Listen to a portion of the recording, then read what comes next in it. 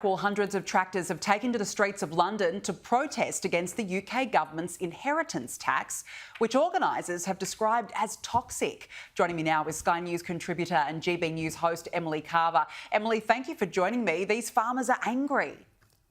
Yeah, this was an extraordinary sight on Wednesday, and GB News was there front and centre listening to these farmers. Hundreds of tractors descended from all over the countryside right into the capital, right next to Parliament, to try and make their voices heard. Now, these farmers are furious. They feel completely underappreciated, completely taken for granted. Labour are introducing a new death tax on their inheritance. So when they want to pass down their farm to their younger generation, they'll be taxed for it. And these are the people who grow and produce the food we need to survive.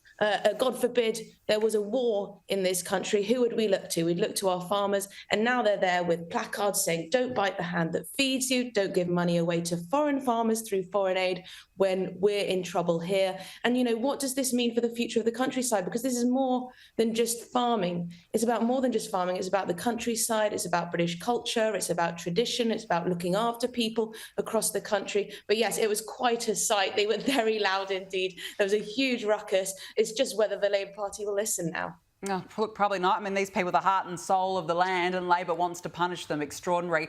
Now, Emily, civilian staff at the Met Police have voted to strike after being told to come to the office 3 days a week. What on earth could they possibly be whinging about here?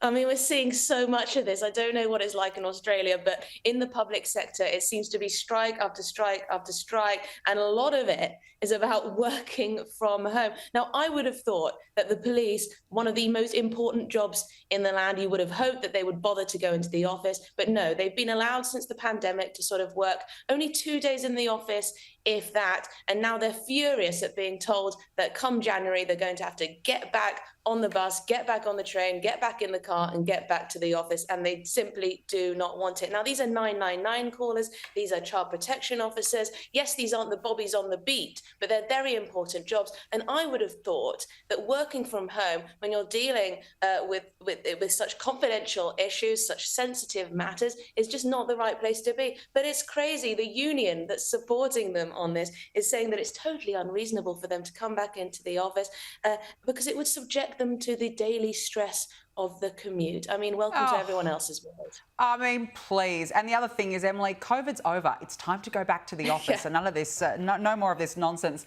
Now, let's pivot to royals, because a royal insider claims Prince William and Princess Catherine are preparing to take the throne sooner than expected. Emily, how much of this has to do with the King's cancer diagnosis, do you think?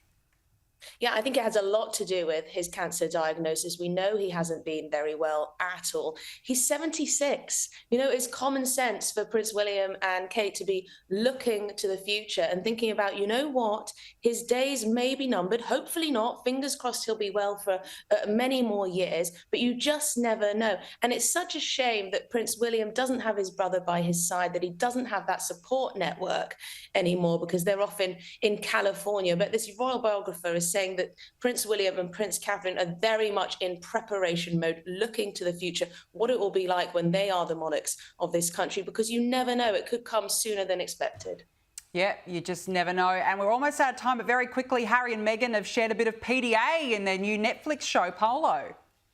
Oh, yes. So the Duke, Prince Harry, was to receive a trophy at one of these prestigious polo matches. And of course, Meghan swoops in for a big snog, a big kiss.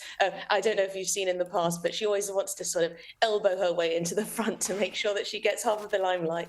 Yep, she loves to be front and centre, doesn't she? Emily Carver, good to see you. Thank you so much for joining us on the show this evening. Appreciate it.